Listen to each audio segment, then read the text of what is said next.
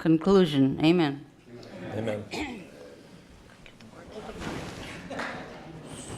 Supervisor Robel. Thank you, Mr. Chairman. I'll move for the approval of the adoption of this evening's agenda. It's been moved and seconded. All in favor signify by saying aye. Aye. Opposed? Carried. Is there anybody from the public that would like to speak on anything on the agenda this evening? Now is your chance to talk. Okay, there's a microphone right in the back. State your name and address.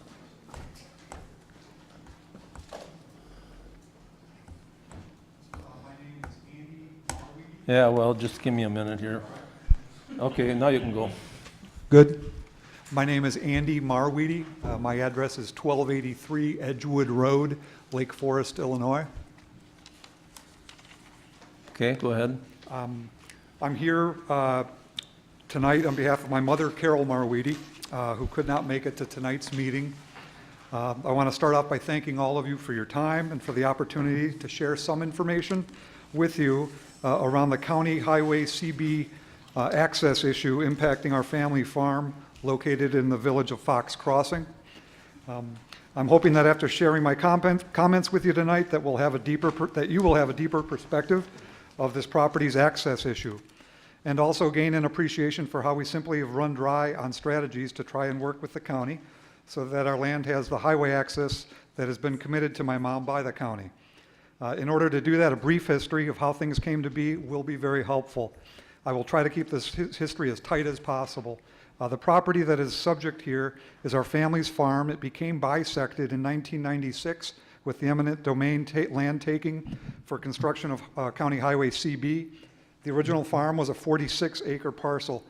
Sadly, after taking the land and the construction of the highway, two completely separate parcels were created, a 20-acre parcel to the west and a 26-acre parcel to the east. In the process, access to the 26-acre parcel was cut off. I'm not sure if you've been provided with a map of this land. If not, if you could please try to just picture this, that the highway essentially was built directly through the center of the farm. It's a north-south arterial. The newly created 20-acre parcel still has access from the original farm driveway off of Irish Road, but the newly created 26-acre parcel lost its access in the process. So our focus tonight is on the 26-acre parcel that lost its access. That parcel was the largest part of the farm, and it lost its access. That's what's going on here still today. I'll explain a little further. And here's the part that we hope you can appreciate and understand. When you lose access to over half your farm, naturally it becomes the biggest question mark in the taking process.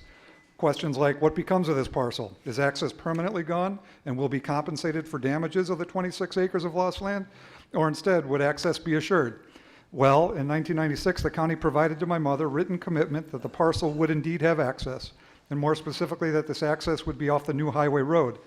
This assurance meant that the parcel would not be landlocked and formed the foundation for the taking damage jurisdictional offer. After all, it was the biggest section of the whole farm. The documentation given to my mom spelled out that the access point would be along CB at the north tip of the property line.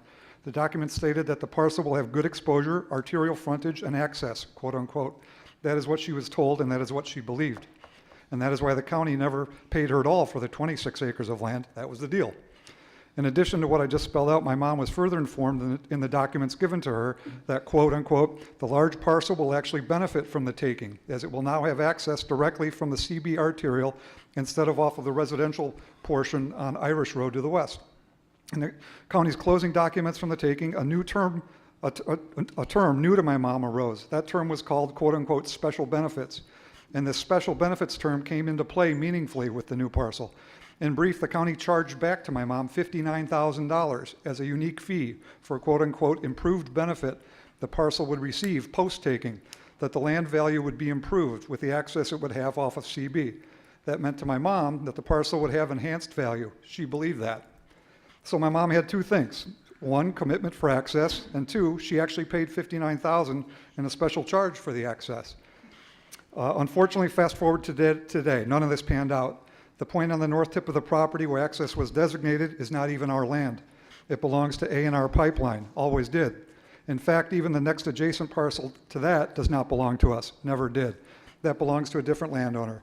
Thus, our access point was not where the county said it was. And in fact, no access point exists. We would need to find another location along CB, but due to issues like grade, bend in road, speed limit issues, and so forth, no point is workable. Engineering consultants have affirmed it, and county officials have been out to the land and are familiar with the problems at hand for access. So what happened? A huge error was made. That's what happened.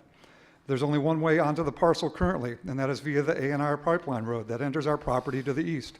A long list of interested parties have worked with them to try to see what could be done with that lane. Prospective buyers, the county, so forth. In the end, they will not allow for future use of their road to anyone, but with one exception. And that exception actually is the county. And regarding that matter, I will mention that my mom was contacted out of the blue 2 years ago by county recreation officials to see if she would consider selling or giving this parcel to the county for use as a county dog park. It fit what they were looking for, and they were very interested in the land. And during the county's due diligence process, they met with A&R to discuss using A&R's road for accessing the land. The A&R company agreed to let the county use the lane. A&R officials called our family to say that the county would be the only entity that could use their access road. No other party would be allowed to do so. But things shifted, and another site was found to the dog park. So if you think about it, unless you are the county, one cannot access the 26-acre parcel. It simply is not accessible otherwise, unless you wanted to parachute.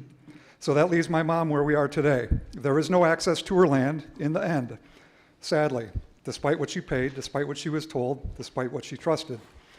Something else to note, in my effort to paint the picture of this situation, please know something. This land is not some insignificant acreage of no focus to our family. In fact, it is the flip side of that. It's a primary asset. Our family has been model stewards of this land since the 1800s. It belonged first to my mother's grandfather, and it has been in our family for generations. It was frankly brutal to see it bisected by a highway. It would be accurate to say that this parcel has been a centerpiece to my mom's financial picture and her income plan. That plan was for my mom to have this resource to generate income that someday she would need. My mom's now widowed. She's 84 years old and lives from Social Security checks. She's depleted her funds carrying this property, and it's been sad to see and hard to watch. Specifically, taxes on this parcel for the 10-year period from 97 to 2006 were a manageable $2,400 a year. The land was not being rented and was not generating income at this point. It has been sitting vacant. Remember the access issue. Then something extraordinary happened that changed my mom's timeline for the property's use. Suddenly in 2007, she opened her new tax bill. Guess what? It had jumped from $2,400 to $11,300 in 1 year. Please do the math to see what percentage of an increase that was. This new assessment raised the land valuation to $892,900 for the parcel, up from $120,000, with no associated change to zoning or anything like that. So you have an elderly property owner on Social Security trying to pay these new taxes, $11,300 a year. Without income from the land of any kind, you might know how hard this was for her to do, but she did it anyway. While she could. She did it because of the promise of what this property was to be. After all, the government just told her it was worth $892,000, right? But also she carried the land because this is what she and our family have always done since the 1800s. So she prodded along painfully. So that brings us where we are right now as I stand here. My mom has done nothing wrong. She's an honest and good and trusting person. She feels a gut punch from her government. She feels cheated and betrayed, and it all hurts, financially and emotionally. She's old and she doesn't deserve this. All she wants is what she trusted she would have: increased value of her farm remnant due to the taking and construction of a county highway, and access to her land that was severed so that she can finally begin to see the income she now needs from her farm. Thank you all very much for listening. Thank you for your time, and please take measures to understand her situation. This needs to be remedied. If you were in my mom's shoes, what would you do? Honestly, what would you do? Mr. Kaler can outline for you the numerous steps and cooperative efforts we've taken to try and resolve this matter in the fairest of fashions, which, for example, included our willingness to sell the land to the county for the dog park when they approached us to do so, and we were willing to negotiate down to the fairest of prices. Other examples are numerous, and again, Mr. Kaler would be happy to walk you through each of them. As a county board, you have the opportunity to help out somebody who did nothing wrong and has just wanted access to be able to generate income. If that is not possible, we hope to secure a fair resolution. But we need you to understand, and we're just asking you to please step up to help. Thank you very much for your time. Thank you. Is there anybody else that would like to speak on anything on the, okay, could you come up to the microphone and state your name and address? Thank you. Chuck Kaler, 800 North Lindale Drive, Appleton, Wisconsin. I'm Carol Marweedy's lawyer, and I just want to fill in a few more details on top of what Andy already mentioned to you. First of all, I want to thank John Bodner and Mark Harris for meeting with us personally and trying to work out a resolution of this. And I want you to know that I understand the procedures about notice of claim. Then 6 months before a lawsuit has to be filed. We do not want to file a lawsuit. Our notice of claim listed what we would probably ask for as a maximum amount. We would certainly consider far less than that if we could work something out. There may be other alternatives, but we're going to plead with John Bodner and Mark to continue the discussions to try to come up with a resolution. I guess we ask all of you, especially anyone who owns land, to put yourself in Mrs. Marweedy's shoes. She did have a lawyer at that time, but this was really a mutual mistake, and the whole transaction was based upon that. The appraiser hired by the county put in black and white, Mrs. Marweedy, you will have access on CB. That's not true. Mrs. Marweedy didn't even realize this because this was land she hoped to sell for retirement. In the last 5 years, she's had this listed with 2 different local, widely recognized commercial real estate brokers and cannot sell it. After no offers, they actually looked at it, said, we can't buy property with no access. It's bounded by a railroad track in the south, CB on the west, Kimberly Clark and A&R Pipeline property on the east, and then it benches off to a point, and that culvert entrance there is not on her property.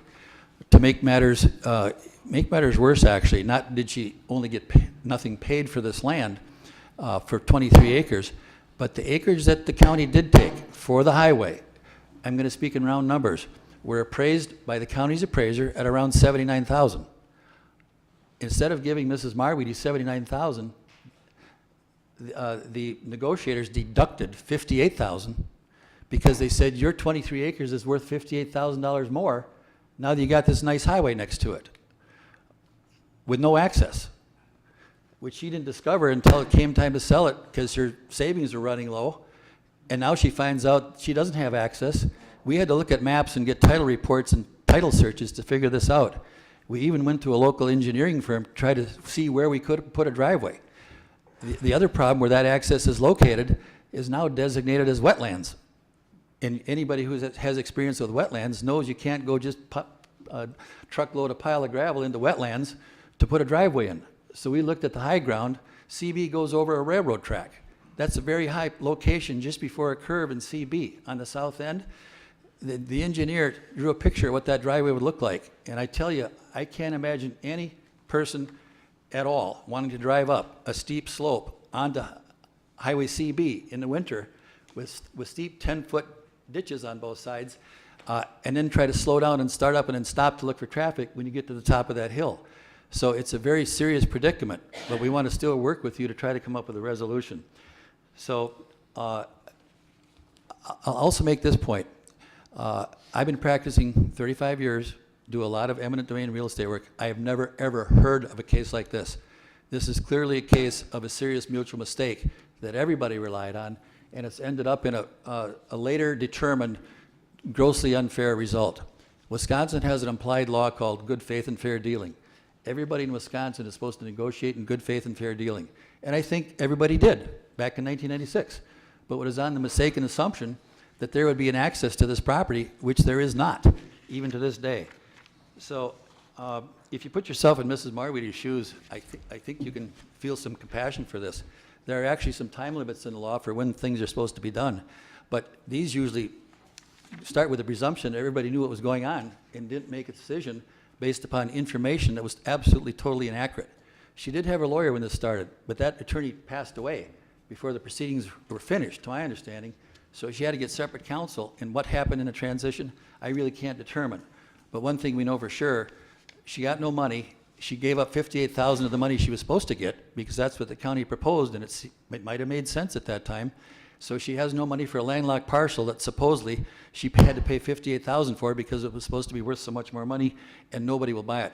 We even, at the request of John Bodner, went back to Kimberly Clark after our last meeting through our broker, James Essler, and said, please check once more time with these neighbors to try to find anybody whatsoever, a neighbor who might buy this land who has access elsewhere who can make use of it. They said, sorry, Mr. Essler, we don't want it, have no use for it, cannot help you.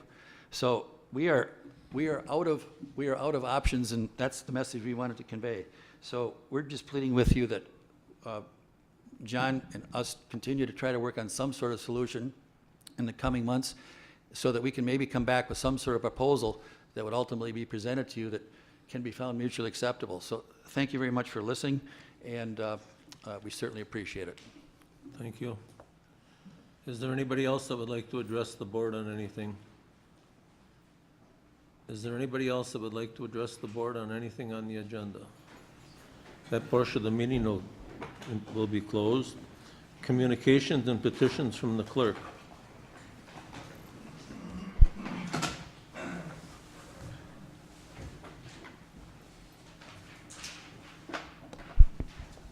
We have a couple of notices of claim.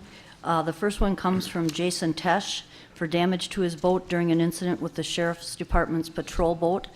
This is being referred to the Personnel and Finance Committee. And we have a claim from Ronald Heidebrink for damage to his airplane when he was at Whitman Regional Airport during EAA, also referred to Personnel and Finance. And then the resolutions that are listed on the agenda from Door County, Outagamie, and Wood County, those will all be referred to the Legislative Committee. And we have one petition for zoning amendment from Nicholas M. Schertz, Town of Algoma, requesting a zoning change from R2 wetland to R2 no wetland zoning. That is referred to the Planning and Zoning Committee. And that's all. Okay. Reports from committees, commissions, and boards. Supervisor Egan. Thank you, Mr. Chairman. Plans are to have a legislative committee meeting this month, August 28th, and anyone that would like to get on the agenda, the item should be in by August 21st to the clerk or myself. Second thing, I would like to thank everyone that did come out to the fair this year. It was a soggy one, but we made through it. I can't give you a report on it yet. The bills are still coming in, so. But anyways, we do appreciate those of you that did do judging and everything. It was greatly appreciated. Thank you. Thank you. Supervisor Lautenschlager. Thank you, Mr. Chair. Supervisor Norton and myself had a chance to go to the NACO conference in Franklin County, in Columbus, Ohio. And I thank Chairman Albrecht for letting us go. It was a very good conference, lots of workshops, and they had workshops, I'm telling you, from 7:15 in the morning until 4:30 in the afternoon.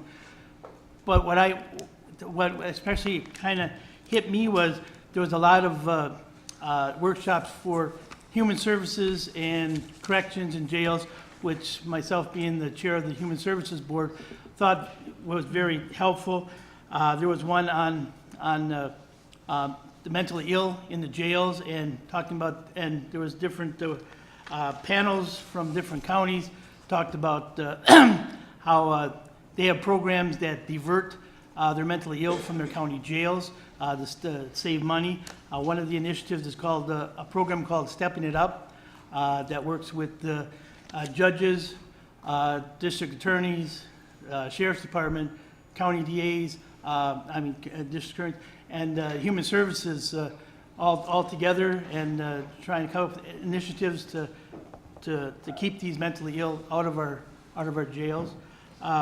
One of the other things what was interesting was the workshop on juvenile corrections.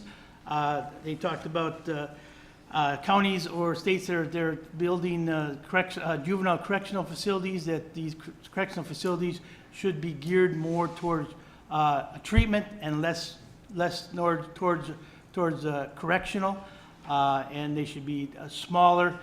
We do county jails and pods of 50s, 100, 150. They're talking about you make these pods into little housing units of 10 at the max, because that's the treatment preference in there. But the thing that really got me was we went to a workshop on cannabis and talked about the states and counties have legalized marijuana. Right now there's 28 states and the District of Columbia that have passed some kind of cannabis legalization. And some of the counties and states use it for budgetary reasons, for K through 12 education, roads education. They use the tax from there. The biggest thing they're finding out is even though the states and the counties have legalized recreational marijuana, it's still a federal offense. So what they're finding out is until they change the banking regulations, these marijuana farms can't use banks to bank their money or to get loans in that because it's still illegal federally to grow marijuana. So they said that was one of the biggest obstacles that you have to look at is changing some of the federal regulations, especially in banking, if you're going to do this.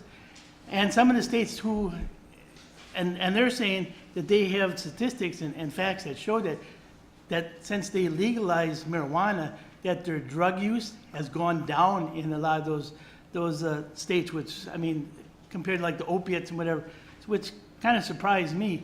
And they had some very good workshops on opiates too, that states and how they're combating the opium problem in this state, in this country and whatever. So I thank Chairman Albrecht for letting me go. I thought it was a very good conference. Thank you. Did you bring me back any information on the opiate for my sore knees? Oh, I got all. Hey, I got books and books of it. Supervisor Finch. Thank you, Mr. Chairman. This Saturday, August 19th, Sunnyvale Expo will be celebrating their 50th anniversary. And we'd like to invite everybody here. Bring your family, your children, your grandchildren. You can have a lot of fun. It's from 2 to 6. It's our 50th anniversary from the time we left the city of Oshkosh to come out where we are today. So you're all very welcome to come. That's one thing. The second thing is I want to say thank you to the Winnebago County Fair people.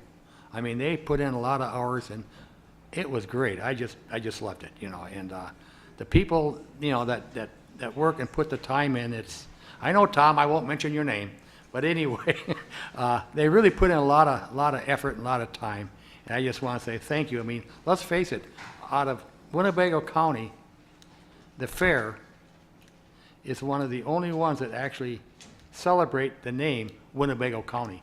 I mean, we have other departments, the park department, so on and so forth, but when it comes to anything there, you'll say, where you're going? I'm going to the Winnebago County Fair. That's very good advertisement for Winnebago County. So, thank you. Thank you.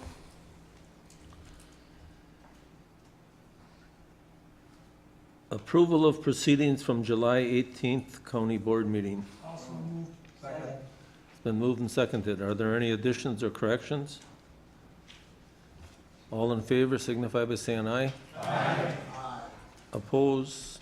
Carried. County Executives Report.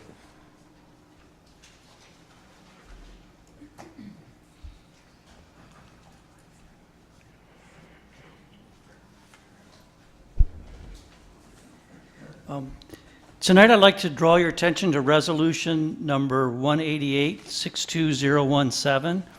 And Chuck Gorenstein shared with me his process between him and his staff for making the selection of the auditor.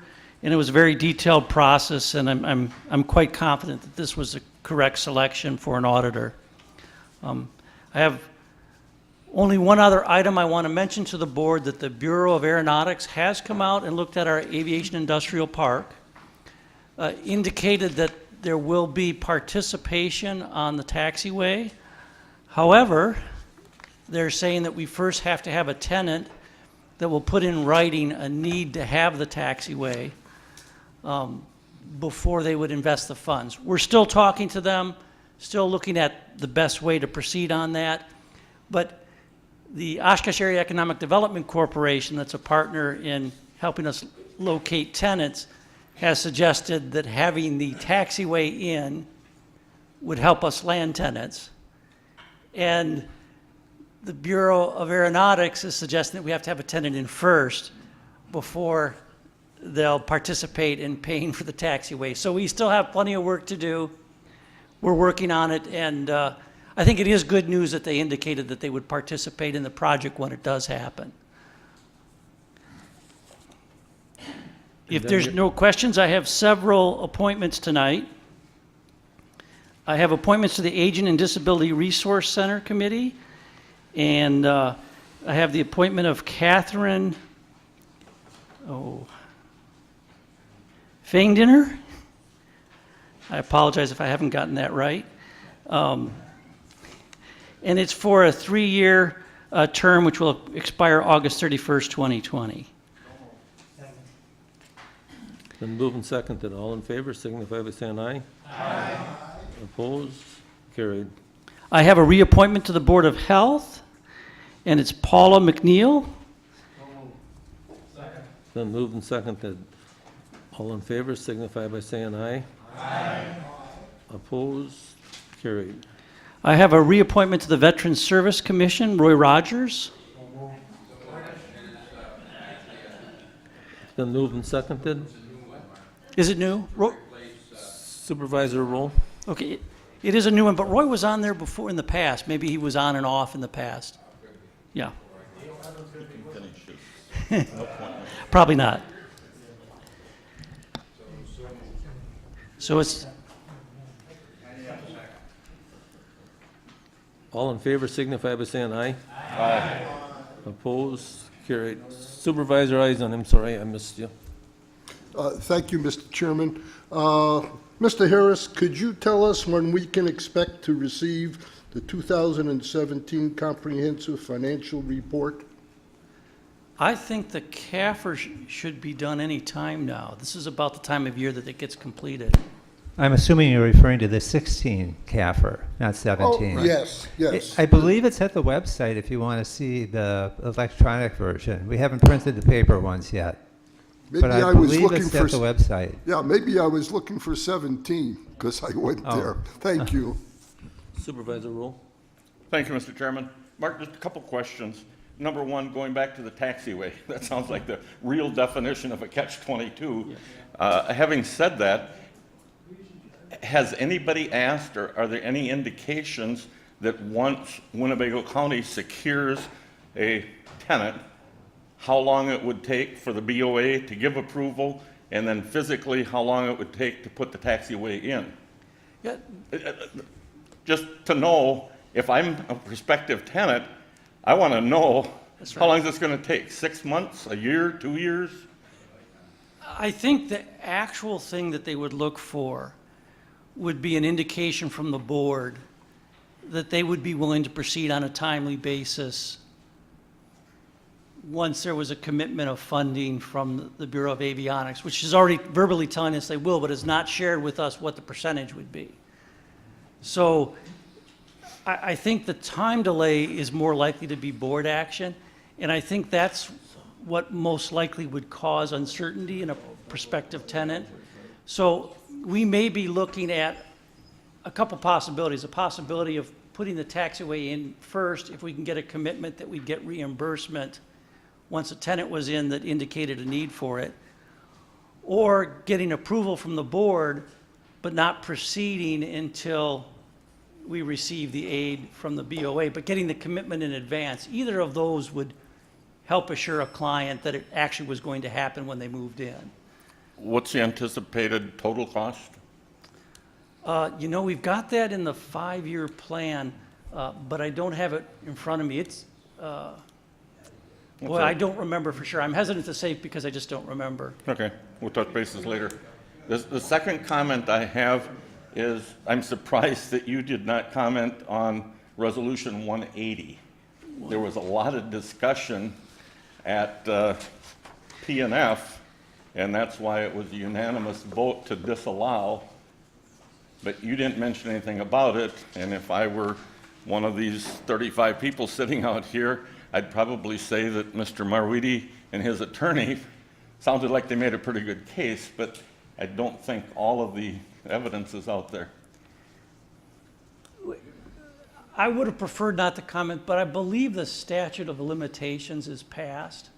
But even if their claim is denied, there'll continue to be discussions through corporate counsel with them. I will That- say. That was the key thing I want to Yes. discuss, that the statute of Yes. limitations has expired. Yes, and I also want to say that as they describe the situation of the property with regard to CB, that it's lower than CB, that traffic would be coming up from below the surface of the road, so that you'd essentially be coming out from a blind drive, that we would not want to invite any people onto the property for a dog park or any other use, because I believe it would be an undesirable situation with CB. But there's plenty of issues to be discussed, and some disputes regarding the facts, because so much time has passed. Thank you. I do have some additional appointments.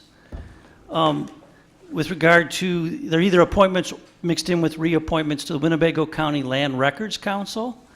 And the names are Natalie Strohmeyer, Jerry Bougie, Larry Kreischer, Mary Kruger, Linda Coleman, Paul Schmidt, Liz Nichols, Jim Smith. And your paper might say Mark Zugi. That really should say Mike Zugi. Been moved and seconded. All in favor, signify by saying aye. Aye. Opposed? Could you tell the public what that is about? Well, I know it has to do with records from real estate transactions, but I really. I mean, that's what I was told too, that Yeah. people have asked me, board members have asked me now recently what that all pertains to, but I think they make decisions with regard to preservation of land records beyond what the statutes require, but I honestly don't know the details on this one. okay. I just know that we have to have one. Okay. Okay, you want to go to the next one? I think, I Did you think push that your might button? be all of them.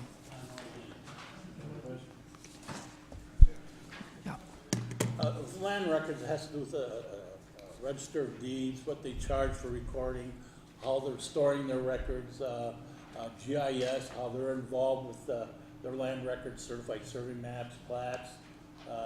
It covers a lot of area, and it gets expensive also. So, but as time goes on, they're taking up less room storing their records, which is good, because more room costs a lot of money. So. And I'll report on when it's done at the next county board meeting. Thank you. Thank you. I think Go ahead. I think that's all my appointments for tonight. No, did you do the treasurer for Liz Nick, did you do all those? That was that. Huh? He did all those. That was land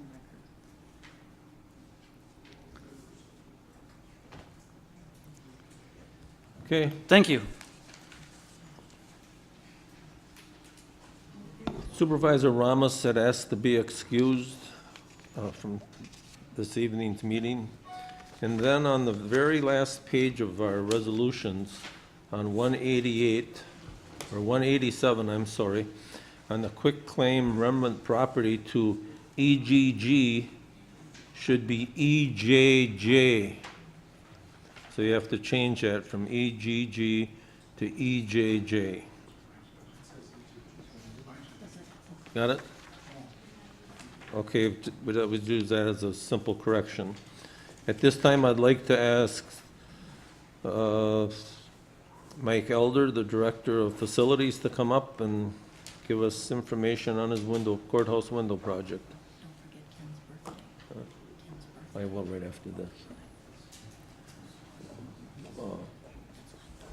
Hi, good evening. I'm here to update you on our courthouse window project. This is a capital project that was approved late last year, early this year, and it involved refurbishing all of the courthouse windows on the courthouse. If you remember, the courthouse is a historically listed building, so we can't just replace the windows with new windows. We have to go back and we have to try and fix them and make them as close to original as we possibly can. We've been working on trying to repair the windows ourselves over the years, and they've gotten to the point now where they're beyond our capability, and we need to get the experts in here to do it. This project was to remove the old single pane glass that's in there, remove the interior storm windows, because what those interior storm windows are doing are creating what's called a microclimate in between the storm window and the windows, and it's causing deterioration to the windows on the inside and to the building itself. So we're experiencing some damage to the building. And then we clean up the metal, paint it with high-performance preservatives, and then go back with a high-performance glass in there so that we wouldn't need the interior storm windows, and we'd get a better energy efficiency capability of the windows. We had Wiss Janie Eisner do a study on what kind of processes we could do with it. We came up with the process, as I described, of refurbishing the metal and going back with high-performance glass. The design was submitted and approved by the State Historical Society. And in early 2017, we went out for bid. We went out for bid. We had a lot of people come and take a look at the job, and we had nobody bid it. So we got in touch with two of the pros that we know of that do historic window preservation. We said, you know, why didn't you bid? They had some questions. They had some concerns. We clarified the scope of work. We eased their concerns on that. We went back out for bid, and they bid plus Bolt. So we got 3 bids back on the project, and that was this summer. We got the bids back in mid-June.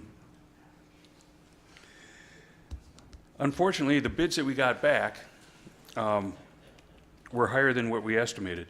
When we originally designed and got approval for the project, the entire project was approved, so doing all the windows and everything, for a total cost of $1.2 million. The bids came back, and they range from $3 million, $3,014,000 to $3.6 million. So using the lowest bidder, including what we've paid for architectural fees on the project, plus having a contingency fund for anything that we might find once we open up the building and try to take care of it, I would need to ask you to reapprove the project for a total cost of $3.4 million. I've met with the contractor, and he's willing to spread this out over 3 years, so the bonding would be spread out over the 3 years also. But what I'd be coming back to you next month would be for a budget transfer and approval to increase the funding for this project to $3.4 million. I'll take any questions you might have. Supervisor Powers. Sometimes I hear about those who will make a determination of what they think they'll bid on a project, then we hire them, then we get so far, and then they say, oh, it's going to be a little bit more than that, and it's going to be a little bit more than that, and a little bit more than that, and how do we know that we can be, or what guarantees do we have to keep them right at what they bid? Well, right now, what they have is this is a fixed price bid. So they come in and they say, this is our dollar amount. And unless there's something like we open up in the wall and find a problem, that's why I ask for the contingency. If we open up the wall and find some major structural problems that I really didn't anticipate or they didn't anticipate, then we'd have to come back to you all for more approval. But that wouldn't be the window people fixing it, it would be somebody else fixing it, right? It could be. They also do historic building preservation. Oh, okay. Supervisor Eisen. Thank you, Mr. Chairman. Mr. Elder, what was the scope of the RFP? Was it just locally in the Fox City area? Was it in Wisconsin? Was it bid nationally so that we would have a broader range of potential bidders? The way we do our bids, there's a website called Demand Star, and it is basically national or international coverage. You sign up for everybody has, in industry, you have what's called an SSIC code. What SSIC is, I don't really know, but like window repairs would be a specific SSIC code. So if you're a contractor and that's what your code would be, you can sign up for automatic emails that you get bids all over the country for it. In this case, Balustrade was the low bidder. They're out of Milwaukee, or actually they're out of Elkhart Lake. KPH Construction, I believe, is out of Chicago, and Bolt's out of Appleton. So a lot of times what people take a look at is, you know, if we're a Minnesota firm, it doesn't pay for us to pay to put up people for lodging and meals here. It makes them uncompetitive for it. So usually we only get the Midwest. It seemed to me at $3 million, a broader scope of the RFP might be in order. I could remember when we were dealing with the ice rink, and it was only by the persistent efforts of the vice chairman that we finally went out to outside of this area, and we were able to have a local bidder come in to finish that deal. And I just wonder whether a broader scope of RFPs might be in order. Well, in using the Demand Star feature, it's open to anybody in the country. And because we have bidders from Appleton, Milwaukee, and Chicago, I think we've got a pretty good representation of people who do this kind of work. It's kind of a specialized job. It's not just, you know, Omni Glass, Jackson Glass, the glass companies here in town didn't bid it. They didn't want any part of it. Yeah, but there are a lot of reconstructions and a lot of historic preservations done all over the country. And there are many firms that do business in Virginia or do business perhaps in San Francisco that might see an attractive alternative and might shave $1 million off of what we anticipate.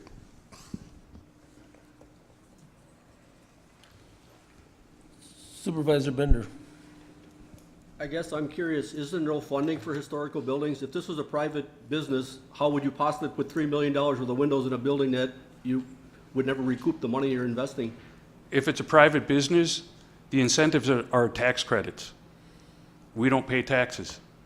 So there are no incentives for governments or anybody like that to do that. There used to be, the National Park Service used to have grants and things, but they stopped being funded, I believe, in like 2010. Thanks. I think the grant was actually Save Our Historic Treasures or something.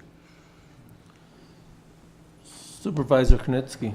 Thank you, Mr. Chairman. Mr. Elder, are we talking all the windows, and how many windows would that be? It is all the windows. And if you take a look at the building, we have the single pane windows like you see here. We have glass blocks in the stairwell. And then we have, if you see the black material there, it's called black mandrel glass.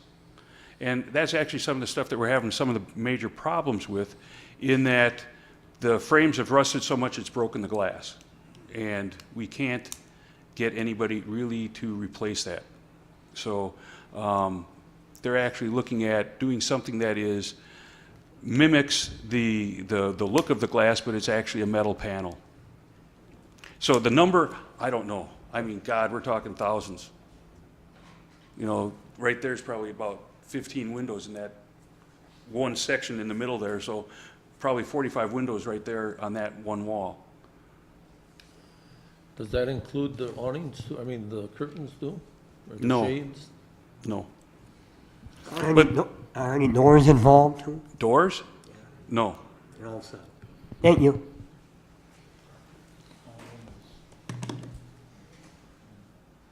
Supervisor Rowe. Thank you, Mr. Chairman. Mike, when this was approved 7, 8, 9 months ago, we approved $1.2 million or whatever. Where did that number come from? That number came from the company that was basically on retainer by the state for historic preservation work. It was Wiss, Cheney, Eisner. They're out of Milwaukee. They used to do all the historic work for the state capitol building. So they're well-known in the historic preservation.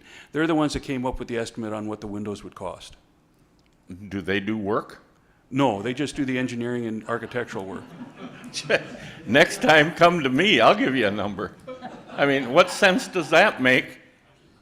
You know, they'll give you a number of 1.2 million, you come here, convince us all that this is the thing to do, and a year later we find out, oh, they were off by a couple, 3 million. It doesn't make sense. Supervisor Wingman. Thank you, Mr. Chairman. Adding on to what Mr. Rowe just said, Mike, I would ask you to call him or maybe write him a letter and say, we want our money back. Isn't that malpractice? Not necessarily, because in the time frames, when they gave us the estimate and everything, business has really taken an uptick. If you talk to, I've talked to my counterparts in Outagamie County, the workforce and contractors out there are scarce. So what we're paying for is people having more work than they can handle and not having enough people to do the work. So what happens is when supply is short, the prices go up. Supervisor Knitsky. Thank you, Mr. Chairman. Mr. Elner, do we have any other major projects coming? I think the elevators is one. Am I wrong? Well, we'll have major projects coming for the life of all of our buildings. Okay. We've I got mean, the on the new- elevators. What the next one on the agenda? We've got roofs that we need to do.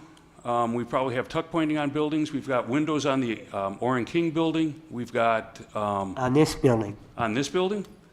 The elevators, we probably need to replace the boilers. We probably need to replace the air conditioning that's not being done with the department relocation. If you remember what I said a number of months ago, this building itself has like 47 different air conditioning systems. So we don't have central air conditioning. We have 47 separate ones. What we'll need to do is change out the air conditioning because as of 2025, R22 refrigerant is no longer going to be available. All of our air conditioning is R22. So we're going to have to change out the air conditioning in this building, virtually all of our buildings except the ones that we've had to replace or repair now that have gone to the new refrigerant of R410. So we've got the air conditioning here, we've got the boilers here, we probably have to upgrade the air handler. We've got the windows here, we've got the elevators here. Those are the ones right off the hand that I can think of. Thank you.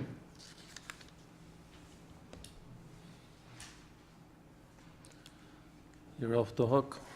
Okay. Thank you.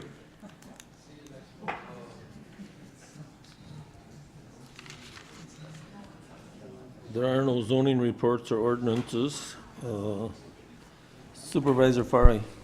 Thank you, Mr. Chairman. I hope all of us noticed, tonight is Kenny's birthday, and he is 90 years old.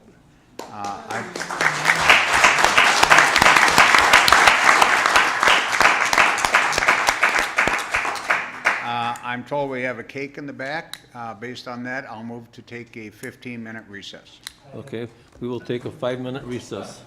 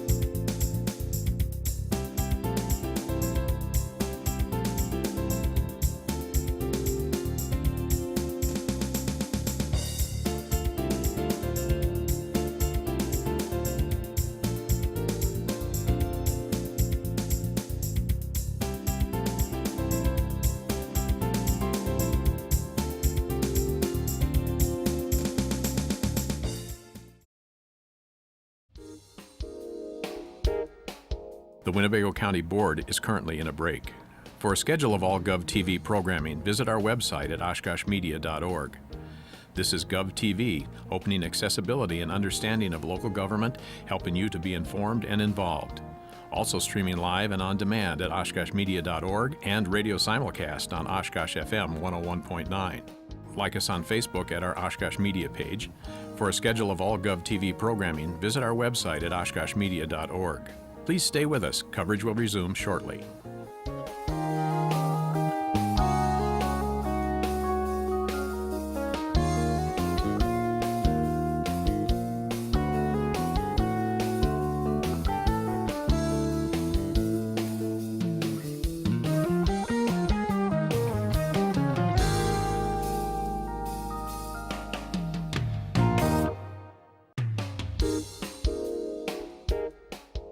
The Winnebago County Board is currently in a break.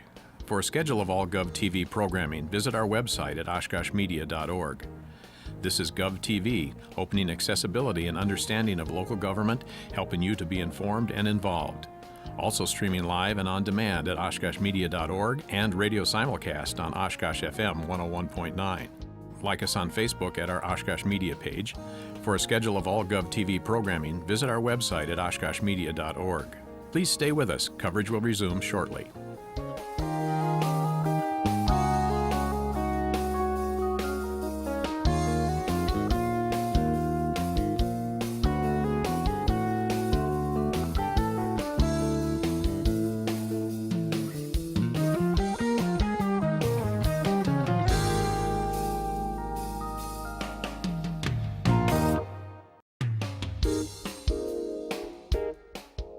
The Winnebago County Board is currently in a break.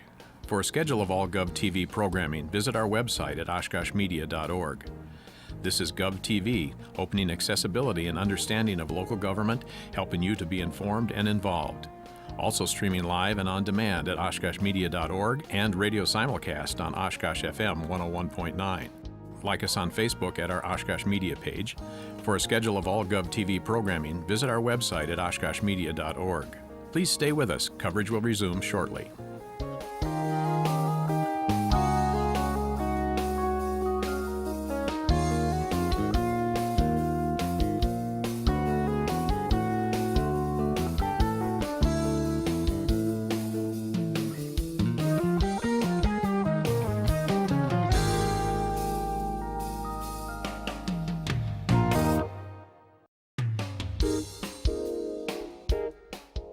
The Winnebago County Board is currently in a break.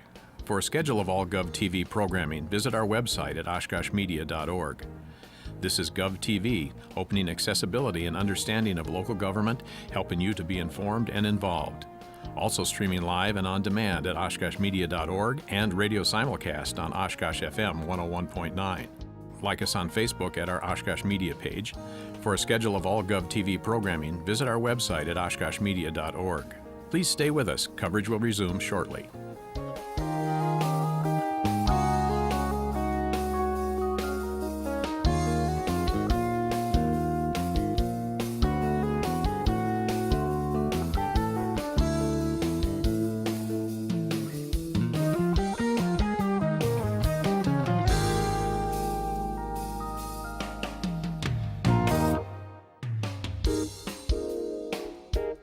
The Winnebago County Board is currently in a break. For a schedule of all GovTV programming, visit our website at oshkoshmedia.org. This is GovTV, opening accessibility and understanding of local government, helping you to be informed and involved. Also streaming live and on demand at oshkoshmedia.org and radio simulcast on Oshkosh FM 101.9. Like us on Facebook at our Oshkosh Media page. For a schedule of all GovTV programming, visit our website at oshkoshmedia.org. Please stay with us. Coverage will resume shortly.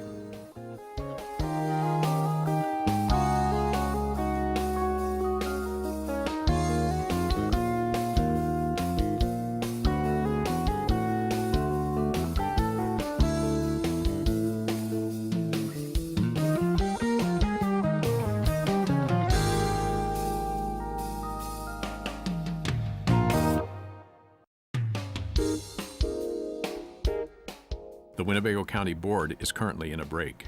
For a schedule of all GovTV programming, visit our website at oshkoshmedia.org. This is GovTV, opening accessibility and understanding of local government, helping you to be informed and involved. Also streaming live and on demand at oshkoshmedia.org and radio simulcast on Oshkosh FM 101.9. Like us on Facebook at our Oshkosh Media page. For a schedule of all GovTV programming, visit our website at oshkoshmedia.org. Please stay with us. Coverage will resume shortly.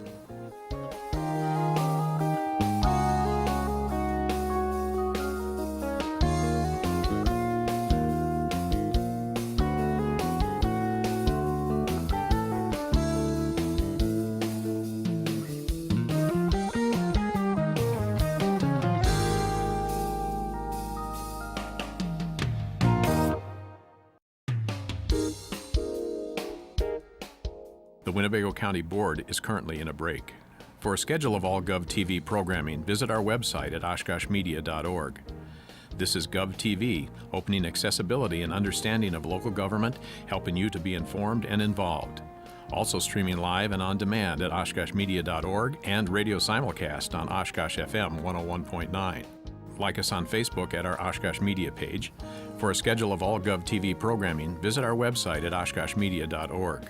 Please stay with us. Coverage will resume shortly.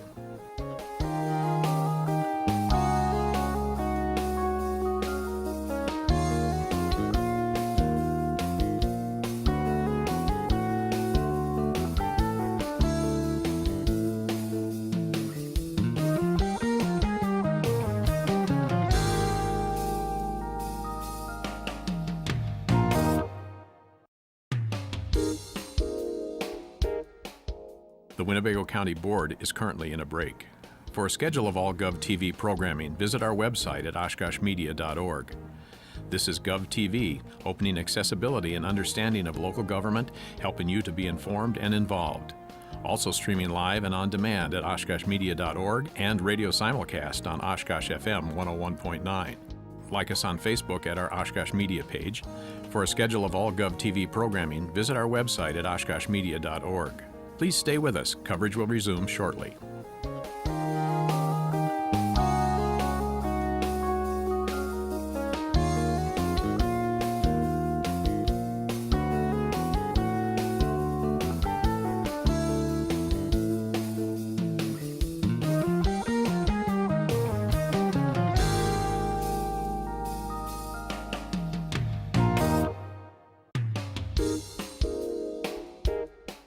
The Winnebago County Board is currently in a break. For a schedule of all GovTV programming, visit our website at oshkoshmedia.org. This is GovTV, opening accessibility and understanding of local government, helping you to be informed and involved. Also streaming live and on demand at oshkoshmedia.org and radio simulcast on Oshkosh FM 101.9. Like us on Facebook at our Oshkosh Media page. For a schedule of all GovTV programming, visit our website at oshkoshmedia.org. Please stay with us. Coverage will resume shortly.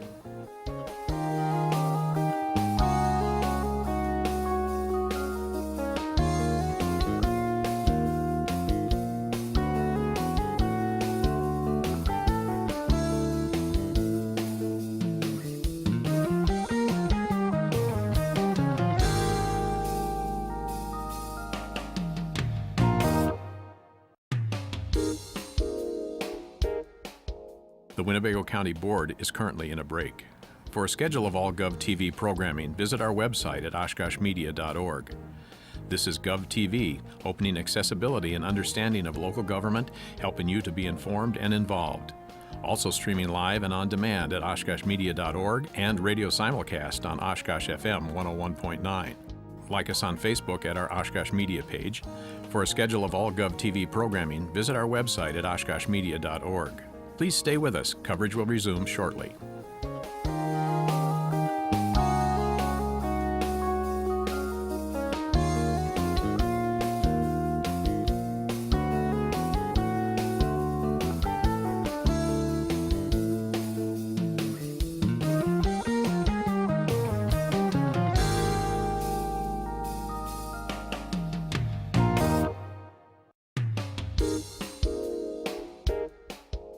The Winnebago County Board is currently in a break.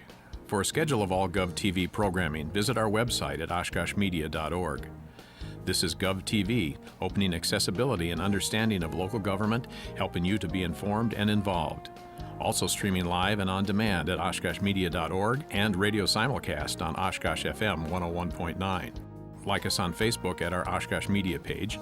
For a schedule of all GovTV programming, visit our website at oshkoshmedia.org. Please stay with us. Coverage will resume shortly.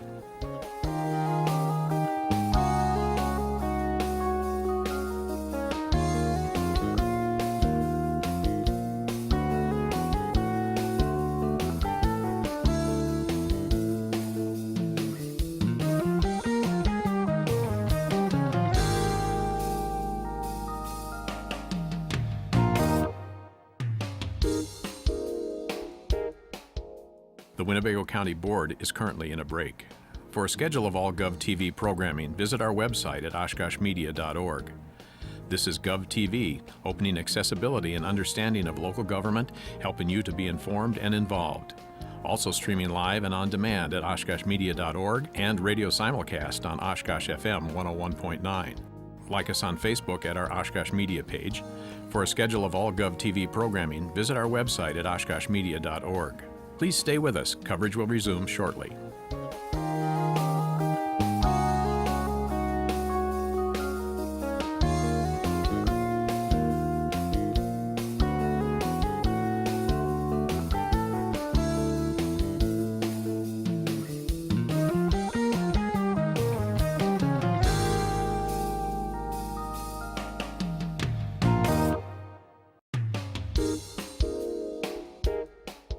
The Winnebago County Board is currently in a break. For a schedule of all GovTV programming, visit our website at oshkoshmedia.org. This is GovTV, opening accessibility and understanding of local government, helping you to be informed and involved. Also streaming live and on demand at oshkoshmedia.org and radio simulcast on Oshkosh FM 101.9. Like us on Facebook at our Oshkosh Media page. For a schedule of all GovTV programming, visit our website at oshkoshmedia.org. Please stay with us. Coverage will resume shortly.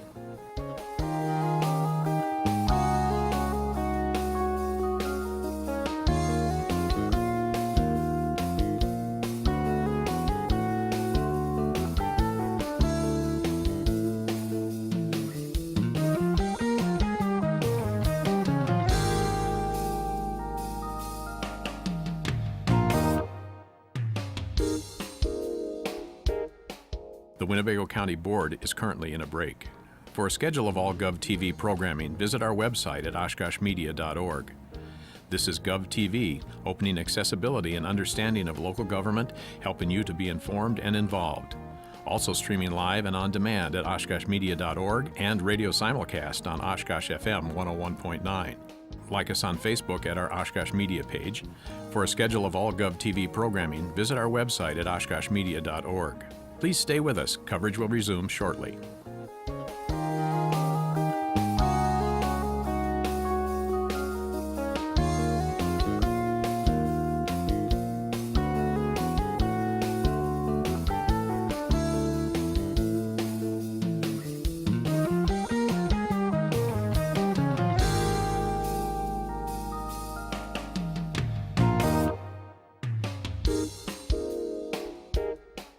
The Winnebago County Board is currently in a break. For a schedule of all GovTV programming, visit our website at oshkoshmedia.org. This is GovTV, opening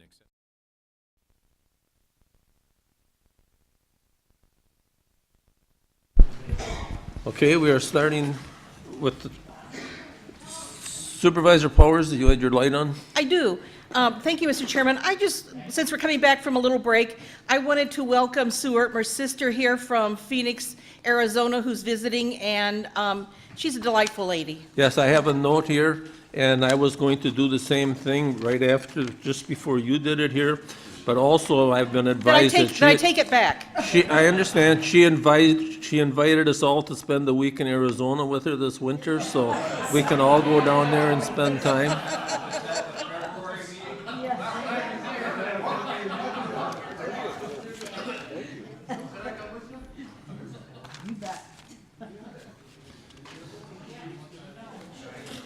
Resolution number 178, 2017, Commendation of Rosalind Rowell. Supervisor Rasmussen. Thank you, Mr. Chairman. I move for Resolution 178, 8/2017. Commendation for Rosalind Rowell. Roz Rowell retired on August 3rd, 2017, after 25 years of dedicated service as a CNA at Parkview Health Center. Some employees truly make a positive mark on their residents and their coworkers, and Roz is one of those people. She was dedicated to helping residents with the most difficult behaviors.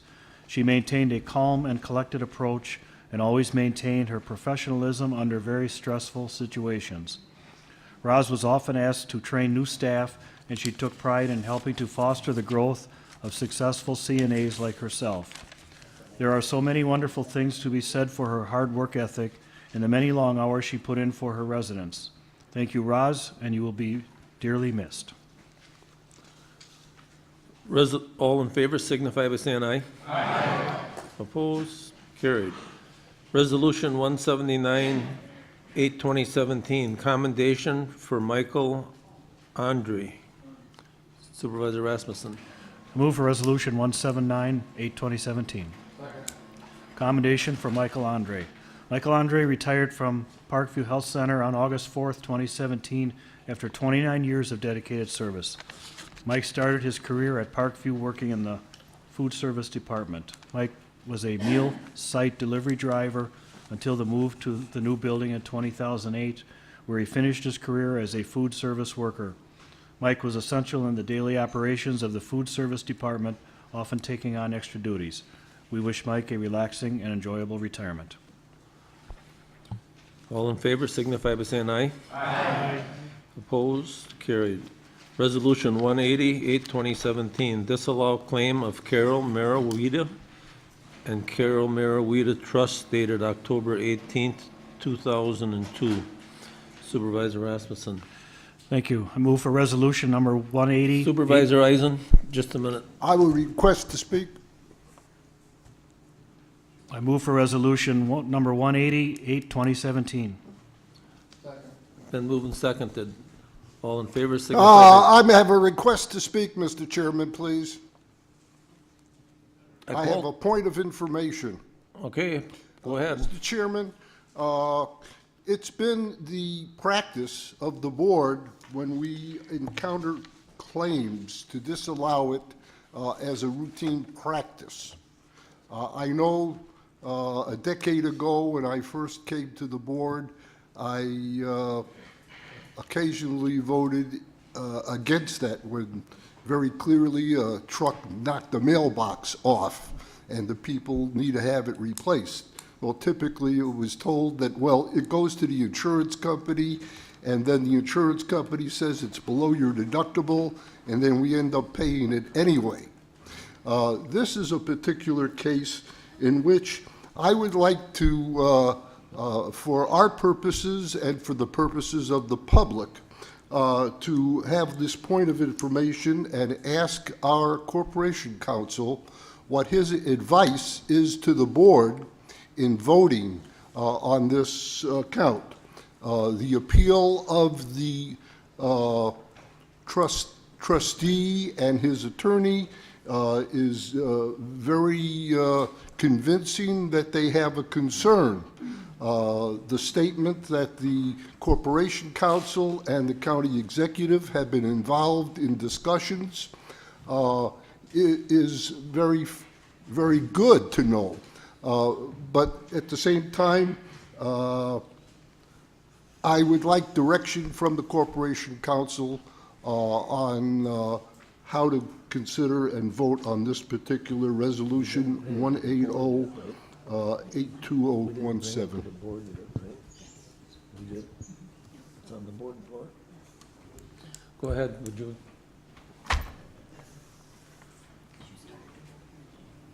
We have three choices with regard to this. But it's on the board floor. You can vote to grant the claim, in which case you're going to have to come out with $569,000 out of the county's budget to pay it.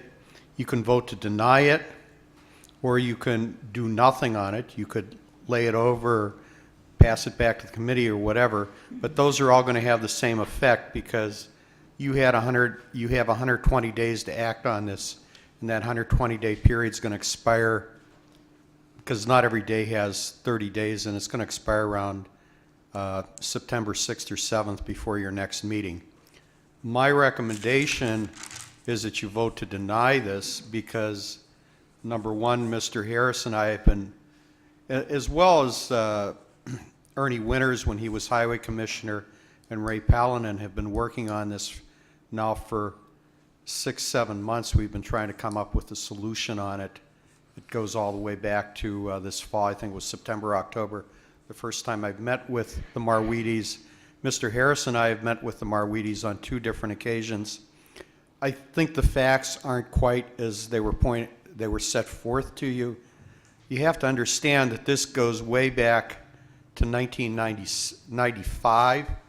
The jurisdictional offer was made to take this property.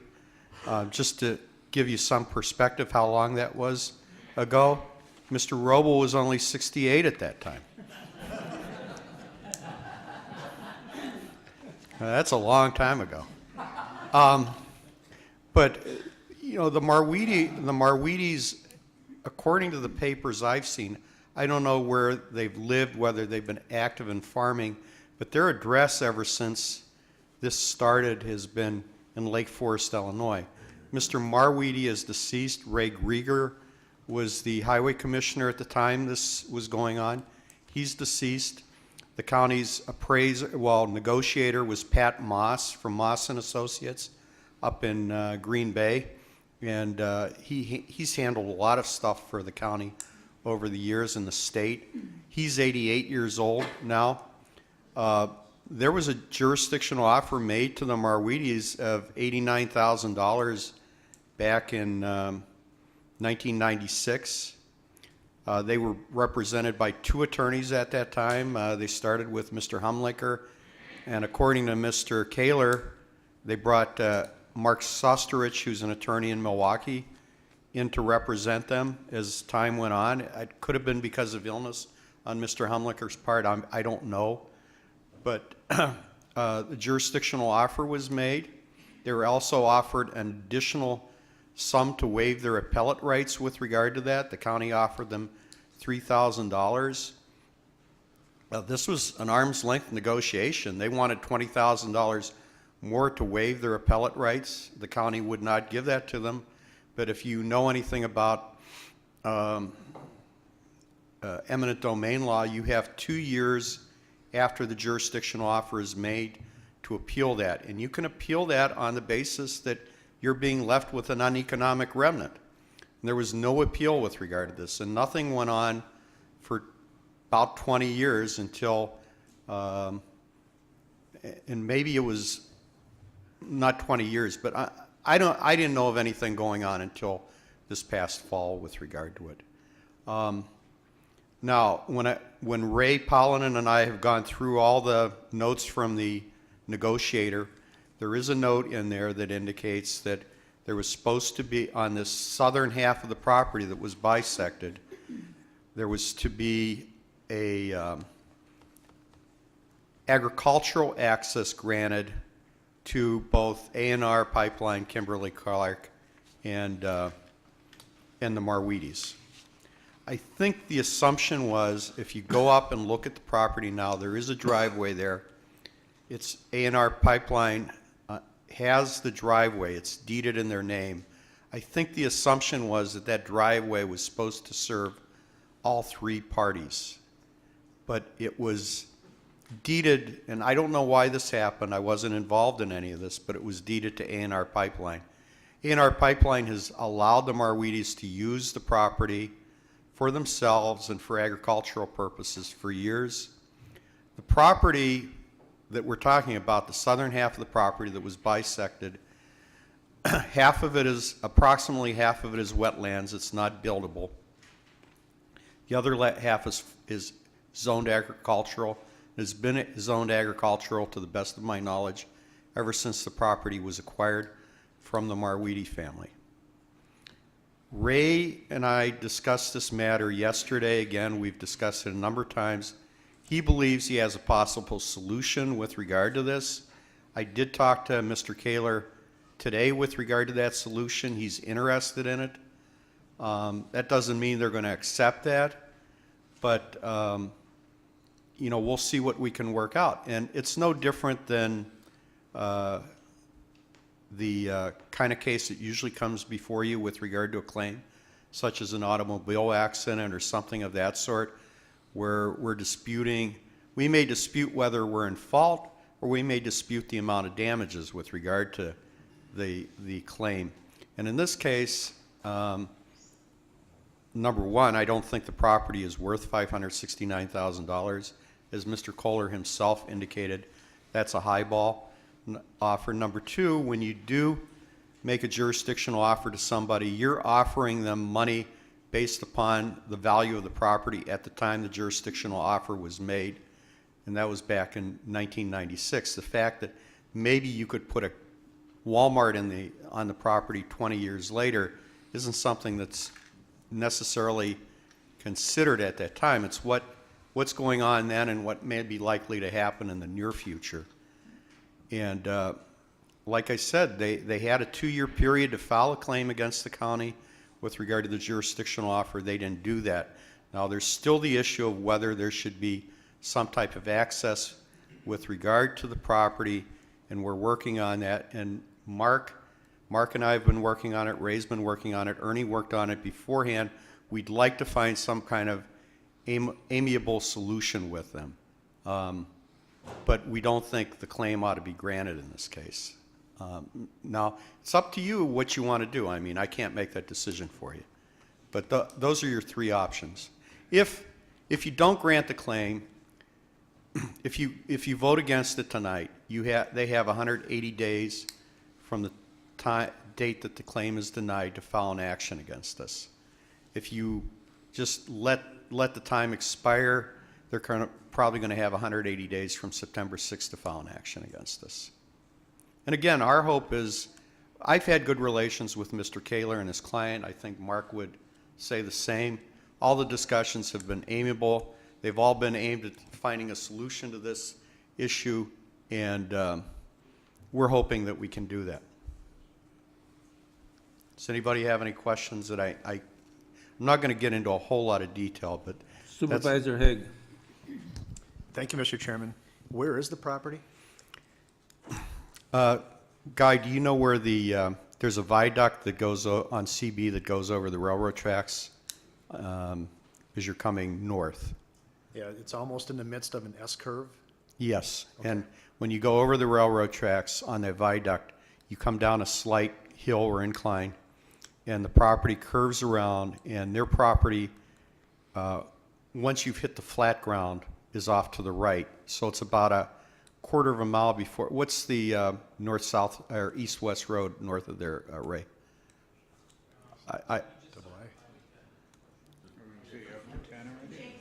It's Jacobson Road. So it's just south of Jacobson Road. It's maybe a quarter mile south of the lights there. Right. When I heard you talking about Kimberly or somebody else was Kimberly Clark has their plant. It's a huge plant off Jacobson Road to the east. They own the property to the northeast of the Marweedy family on the east side of CB. The railroad tracks are on the south side of the property, so you're hemmed in there. You have CB on the west, and then A&R Pipeline partially hems them in on the west side too, but that's not total. They do have property that's adjacent to CB. Okay. I mean, part of the problem here isn't necessarily granting them access as much as granting them access which would not impede the safety of the public in driving down the road or somebody entering the road from the access point. And that might be the biggest question of all, that especially the son raised early in his comments, was the county had promised the family right-of-way there to some extent, and it seems to me that has not occurred. The notes that we have say that they were to be given an agricultural access. I think Mr. Kaler made the point that people kind of thought things had been done, but they hadn't been. And I think what happened was there was an assumption because the Marwedes were using the property, they were using the A&R access, that had been done. But in fact, no access had been granted to the Marwedes in the Marwedes' name. A&R has never objected to the Marwedes using that access, their access for the property. But, you know, they've taken the position, look, when you're dead and gone, we're not going to let just anybody come in there. And obviously, when you go to a title company, you're looking to sell the property, that becomes an issue. Is there a statute of limitations on not fulfilling a promise made to a family? There may be. In regards to the three things that you said we could do at this point, within which one of those three that you identified is the right thing to do? Well, that's up to you to determine. Okay? Because I didn't necessarily hear that, and I think that that's exactly what Yeah, I mean, we elected to that's do. within your discretion, but I think the three options you have right now are to out and out deny the claim tonight, to basically let the claim sit, in which case it will be denied if nothing is done before September 6th, or to grant the claim, which would mean you're going to give them, you're going to pay them what they want or what they've asked for in the claim. In regards to the 2 years where they could have appealed for the uneconomic remnant portion there, do you think it's possible that they didn't appeal because of what the county promised them? And the increase of, you know, what they promised, I think there was, they said it's going to be worth $58,000 more because of what we're doing here? I can't answer that. I don't know what was in their minds. I just know that they were represented by it looks like they were represented by competent counsel and going through the file. There were requests for documents made that were certainly appropriate. There was arm's length negotiation going on with regard to how much they were given with regard to the property. So I'm assuming that they were being advised and they knew what was going on. I mean, you know, I can't tell you what's in their mind. Sure, it's speculation, I understand. With regards to, you had just mentioned maybe up to half the 26 acres is wetlands? Yeah. That parcel, now they own two parcels. One's northwest of the road, one's south. I'm just talking about the part that's south. So the one part, I'm going to say 12 or 13 acres, if you look at the map and the zoning department is delineated as wetlands. Sure. And with regards to that, why would there be an assessment value spike at some point in time if half of it is wetlands? You know, that's a good question, but the people that you need to ask that question to are the village of Fox Crossing, which was the town of Menasha. They assessed the property, and they levied the assessment and raised it.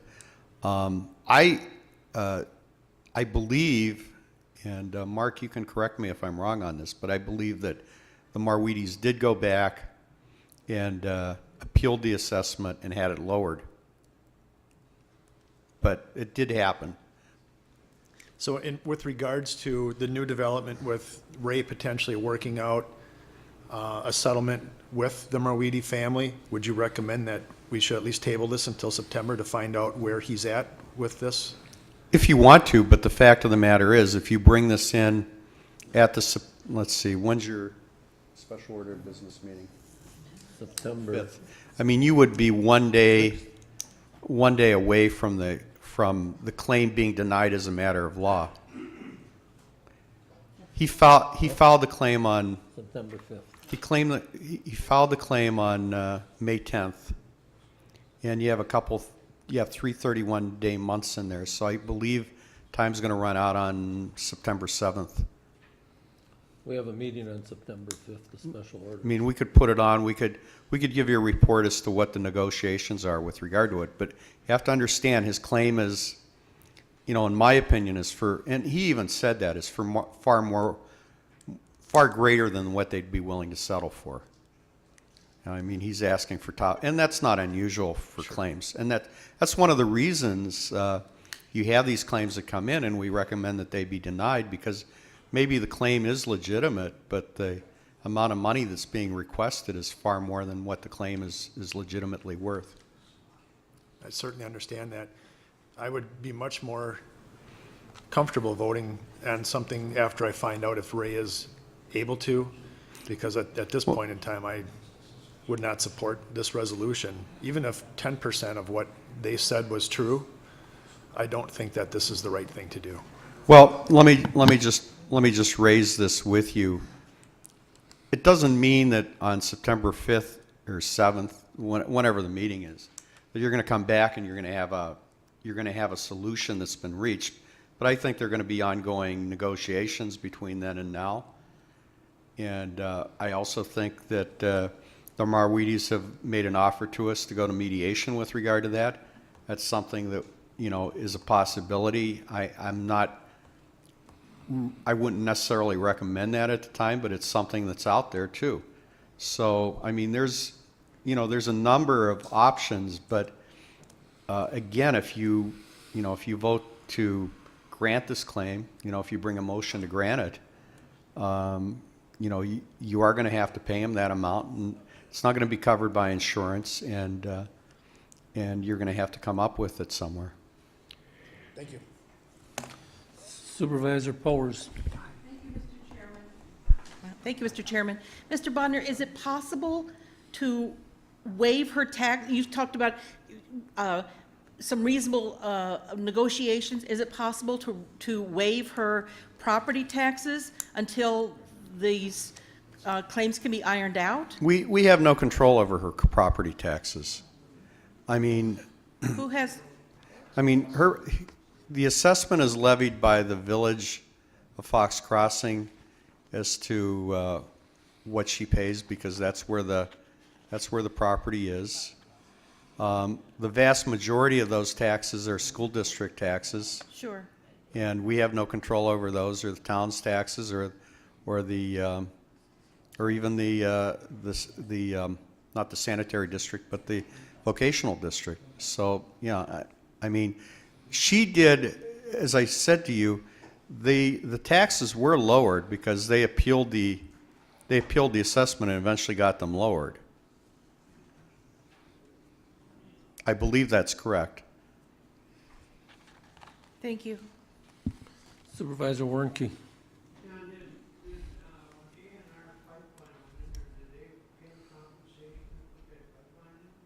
I have no idea. I can't answer that question. Supervisor Knitsky. Thank you, Mr. Chairman. Mr. Bodnar, if we vote to disallow this claim, you're still going to be talking? Yes. I mean, it's just like every other claim or most of the other claims that you've denied. The insurance company and counsel for the claimant have talked. I mean, in some cases, you have a lawsuit that's filed, and others, the adjuster continues to work with the person and see if they can reach some type of amicable settlement with regard to the matter. I mean, that's not going to stop. And, as I told you, Mr. Harris and I and Mr. Palanen are, we've been trying to work with them and come up with some solution. Thank you. Supervisor Rule. Thank you, Mr. Chairman. When we deal with negatives, it sometimes gets confusing. And the first word in this resolution is disallow. So am I correct that if you vote yes to disallow, that means you're not accepting their $569,000 offer? Correct. Thank you.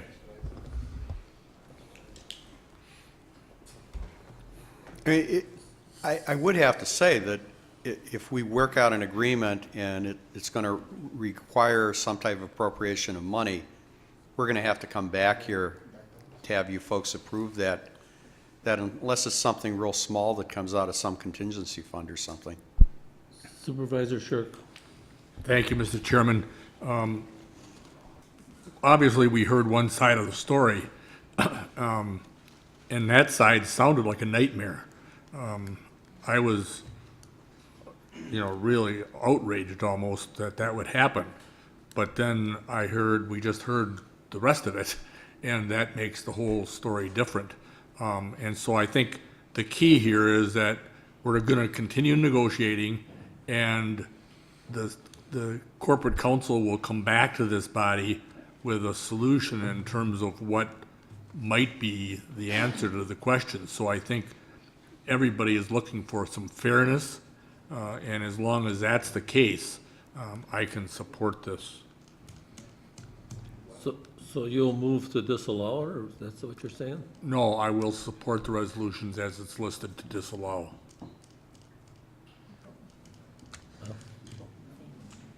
I understand, but I was looking for somebody to second. Supervisor Powers. Thank you, Mr. Chairman. Since we talked about eminent domain, is it possible to take some eminent domain from A&R Pipeline Company to benefit these people? It's possible, but I think there's a better solution All than right. that. Supervisor Farley. Thank you, Mr. Chairman. Mr. Bodnar, if you would, explain to us if this resolution is supported by a majority of this board, then it goes to the insurance company? Well, I'm going to Would you send take it to me through the, that I'm going to process? send it to the insurance company, but I think there's a likelihood that they're going to, well, the insurance company is aware of the claim, first of all, to begin with. It's been sent to them already. Now, the question becomes, if there's an action filed in court, is the insurance company going to grant coverage with regard to it? And I think that's unlikely, but it's still going to be proffered to them for coverage. Okay? I mean, there's no downside in me doing that, or the county doing that. Which means then that it'll be up to the county to continue to negotiate the issue. Well, Unless there's an action filed against the county. Well, first of all, yeah, I mean, if we deny the claim, the insurance company knows about it, and they'll be notified that we deny the claim.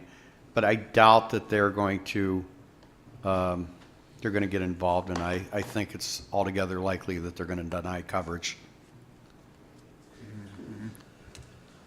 It's not something that's covered under their insurance policy. Supervisor Eisen. Thank you, Mr. Chairman.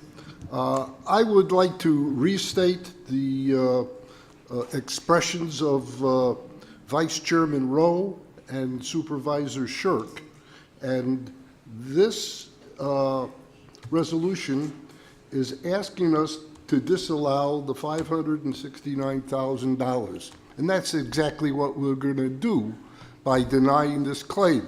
So we're not denying the people the equity that or justice that they should be considered at, but we're just saying we're not going to pay $569,000. And with that, I would call for the question to be on the board. So you're moving to disallow the claim of 2017, disallow claim of Carol and, huh? Oh, that's what I thought.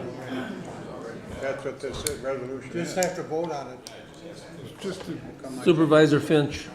I was going to say roughly the same thing. However, though, in all my years on this county board, we've always sent something of this nature to the professionals.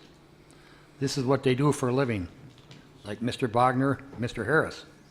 There's a lot of stuff that goes on that, and I say I've got a lot of years on the board, that I don't even understand. So therefore, I do call the question like Supervisor Eisen did, because of the simple fact that that's what we're paying these other people to do, is to take care of what's right for Winnebago County. Thank you. I just did. Supervisor Farley, what were you going to second? Thank you, Mr. Chairman. I have a question for Mr. Bogner. I need to ask you if I have a conflict of interest. Mr. Kaler is our town attorney, and he's also my personal attorney. Well, Had nothing to do with it? well, the issue is really whether Mr. Kaler has a conflict of interest. I mean, you don't have a conflict of interest, Good, yeah. so, Just thought I'd better ask. yeah, I mean, so, But I don't think Mr. Kaler does either. I mean, it's more an issue of whether he has a conflict of interest with you. Okay, all in favor to disallow the claim signify by saying aye. Aye. Oppose? Carried. The claim is disallowed. 2 abstentions. Supervisor Haig abstained, and who else? Fari. Fari and Haig. Resolution 181, 8/2017, appropriate an additional $34,000 to the capital project to complete the resurfacing of the facilities department parking lot on Knapp Street. Supervisor Rowe. Thank you, Mr. Chairman. I move for consideration resolution number 181, 82017. Second. Been moved and seconded. All in favor signify by saying aye. Aye. Oppose? Carried. Resolution number 182 was pulled. Ordinance number 183, 8/2017, amend section 1924, parent 11, parent D of the General Code of Winnebago County to reflect an increase in the various boat trailer park fee program rates and introduce an additional rate in supplemental sticker category. It looks like us old people aren't going to be able to fish. Supervisor Gabbert. I just have a question for Rob. Doesn't this have to go before the floor for him? Yes, I'm waiting for it. Well, I thought that she was going to. Do your thing. All right. I move for ordinance number 183-82017. Second. Questions? Rob is in the back. It's the chairman's responsibility to always answer the questions, because if you don't know, we sure shouldn't have to depend on him. Supervisor Gabbert. Okay, so whoever wants to answer this. On line 28, 29, 30, and 31, how you declare resident status, I just had a question. So anything to do with like a lottery credit or a hunting license or a fishing license, you have to be a resident of the county, not a property owner. So has there been some change that now allows you to say an individual currently owning property within Winnebago County, which could be a resident of Illinois or Minnesota, is considered a resident? I just wanted a clarification on that. Rob? Yeah, that was something originally that the county board put in, that they preferred recognizing individuals who owned property, not having to be a resident, but just owning property, simple. Okay, thank you.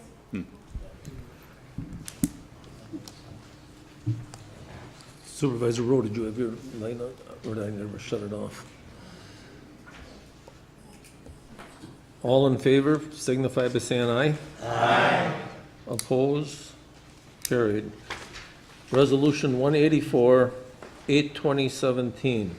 Direct that funding used to operate the Winnebago County Navigational Aid Program be deprived from revenues obtained from Winnebago County Boat and Trailer Parking Fee Program. Supervisor Finch. Chairman, I move for reservation number 184-82017. And again, Rob is in the back. Okay. Rob, I have a question. Doesn't the state, I mean, I buy a license for my boat, doesn't the state pay for part of that navigational, putting the buoys in and everything? They don't pay directly, they do it through grants. You can't apply for grants for new buoys, not for maintenance, though. Supervisor Fari.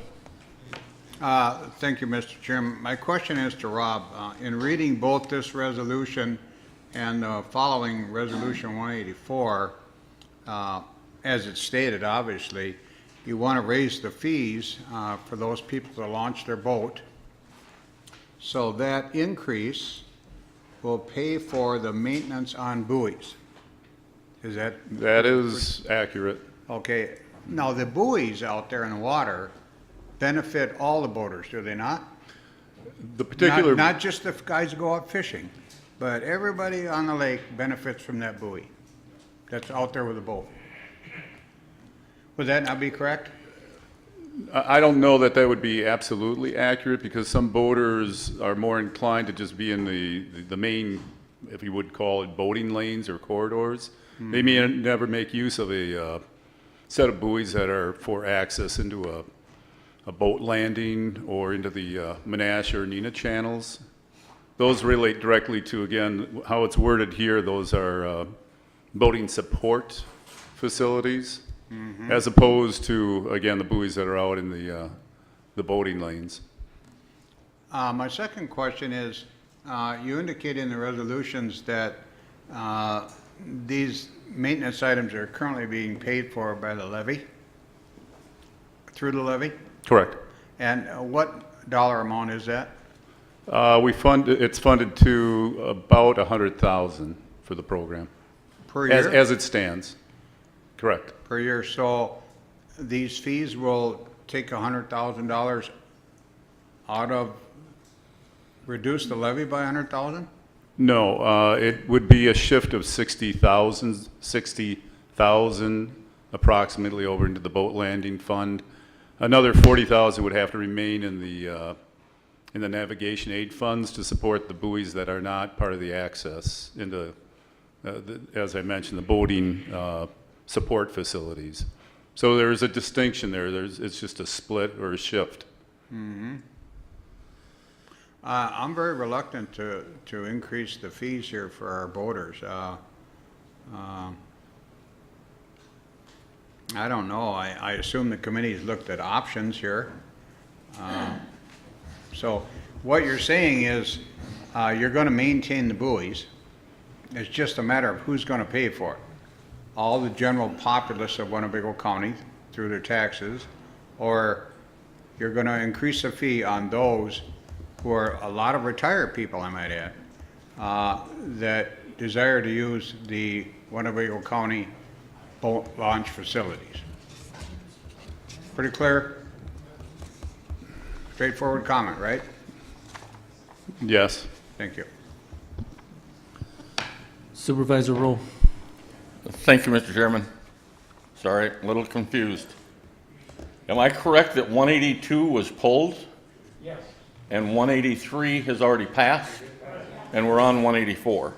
That's why I was a little confused, because Supervisor Fari was talking about the... Yeah, that's what I thought. That already passed. Oh, I'm sorry. Oh, that's okay. Now, on 184, I have a question for clarification purposes.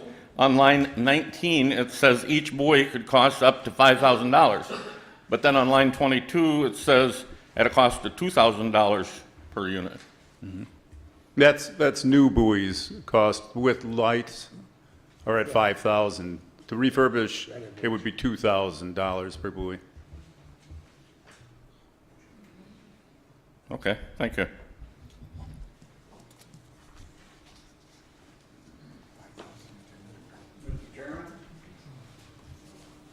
Go ahead. Based on that observation, I was discussing the wrong resolution.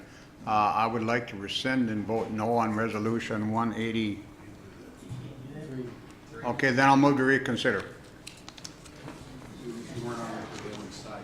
Huh? You weren't on the prevailing side. Okay. Oh, it passed, yeah, Yeah. you can move, I'm sorry. Absolutely. Thank you. I'll move to reconsider. Gentlemen, I was on the wrong resolution, But so. that's not on the floor right now. I have an hour, I believe, within You the, can bring it up after this is off the floor, but you can't just do that in the middle of another resolution. oh, okay. I'll wait. I'll wait. By the way, Rob, can I just ask a question? I don't see anything in this resolution that says any fees are going to be increased. I mean, your resolution says, be it resolved by the County Board of Supervisors, it hereby authorizes the beginning in 2018 that the navigation aids program shall be funded through revenues collected through the boat trailer parking fee permit program instead of to be supported by the tax levy. But I don't see anything in here that says you're... It's the prior one. Correct, yeah, it's, yeah. 183 is the one. Fees, yeah. So the Yeah. fees are in association with the previous. Yeah. Yeah. So we're doing 184 at the moment. Yes.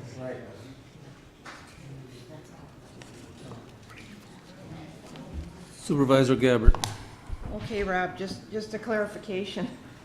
So the buoys that this is gonna be for are the buoys like at Salmons Bay, those buoys that you follow out into the lake. Correct. The other buoys that are out in Butamore that aren't by a boat landing, those are still gonna come from the tax levy? Correct. Okay, thank you.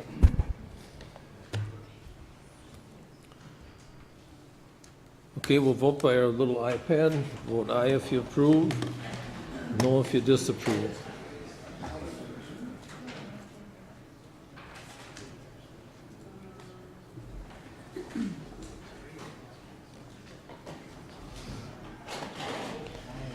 Mine ain't working.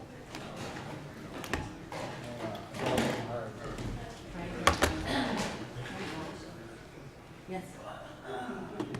Got it. You want to be?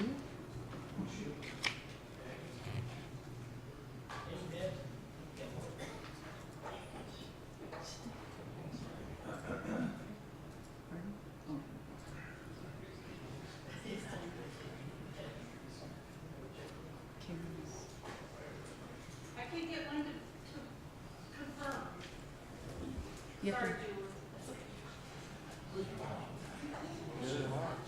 you have to vote first.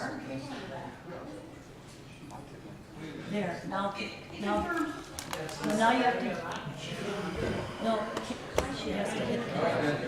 You have to hit confirm now. Hit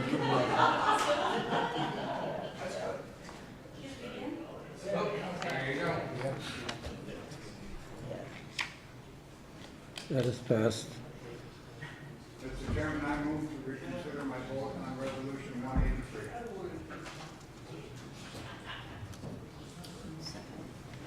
Okay, it died for a lack of a second. Pardon? Resolution 185. I'll give him a second. Pardon? I'll give him a second if he needs a second. Instead of. Well, if he needs it, I'll give it to him. Well, we asked for it and nobody would do nothing.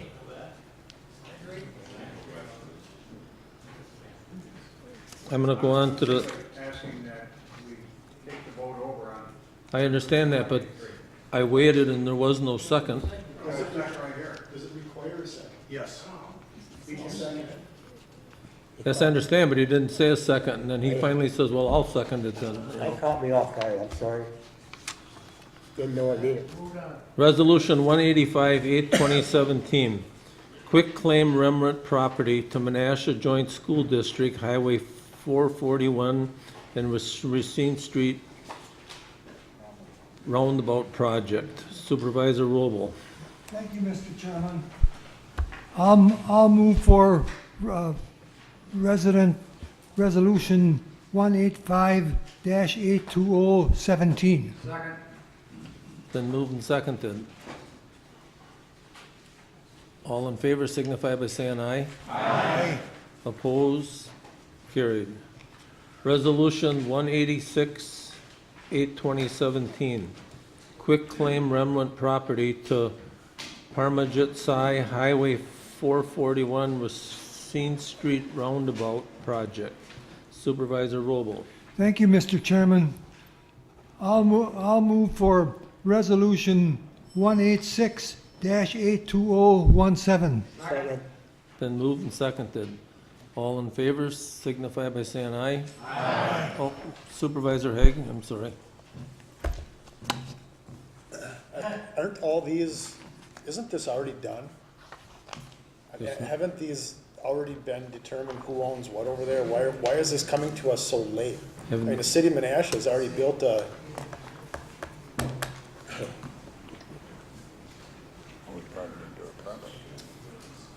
Go ahead. I didn't hear the whole question. I'm just curious as to why these quick claims are coming so late. Because everything, it seems like it's already been done over there. I mean, the city of Menasha has already put something up. I don't know if that's through the city or if that's through the school district put that thing up. Why are these seem to be coming to us very late? Well, it began when the roundabout project, when the DOT built the roundabout project, Racine Road shifted to the west. That left a remnant right away, or. I understand that, but that was 6 months ago. Right. So why is this coming to us so late? I mean, it seems to me like everything has been done, it's all been divvied up out there. Why now? No, nothing's been divvied up. We still own the property. That's why we're giving it to the property owners and the quitclaim deeds. Okay, so we own the property, but we're giving it to the property owners. Giving it back to them, yes. Because we originally, at some point in the past, obtained the property for right-of-way, or the DOT did. The property then was deeded in the county's name. And it's customary when we have remnant properties that are no longer on the tax roll to give those properties back to the property owners where it was obtained from to begin with. Okay, are they gonna maintain it? Yes, they will own it, yes. Well, they will own it, but does that mean they'll maintain it? Well, I would hope so. They will own the property, so. Thank you. Okay, all in favor signify by saying aye. Aye. Opposed? Carried. Resolution 187, 8/2017, quick claim remnant property to EJJ Group, Highway 441, Racine Street Roundabout Project. Supervisor Roble. Thank you, Mr. Chairman. I'll move for the approval of Resolution 187-820-117. Then moved and seconded. All in favor signify by saying aye. Aye. Opposed? Carried. Resolution 188, 8/2017, authorize Chinook Business Solutions to perform an audit of Winnebago County's financial statements for 2017, 2018, and 2019. Supervisor Rasmussen. Thank you, Mr. Chairman. I move for Resolution 188, 8/2017. Then moved and seconded. Supervisor Eisen. Thank you, Mr. Chairman.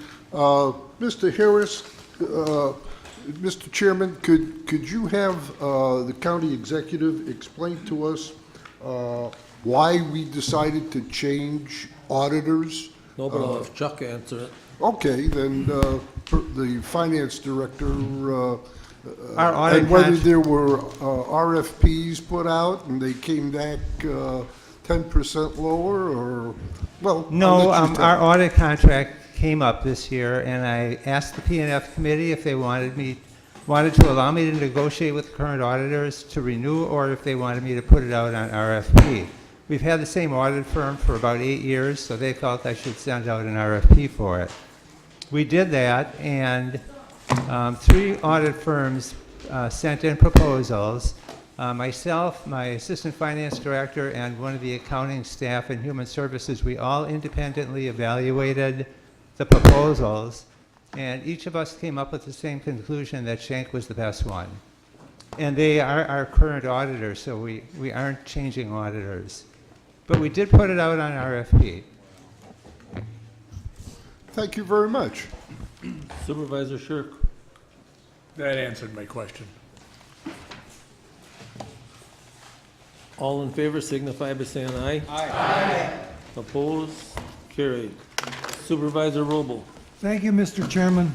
I'll move that we adjourn until Tuesday, September 5th at 6 o'clock for a special order of business meeting. Okay, we are adjourned.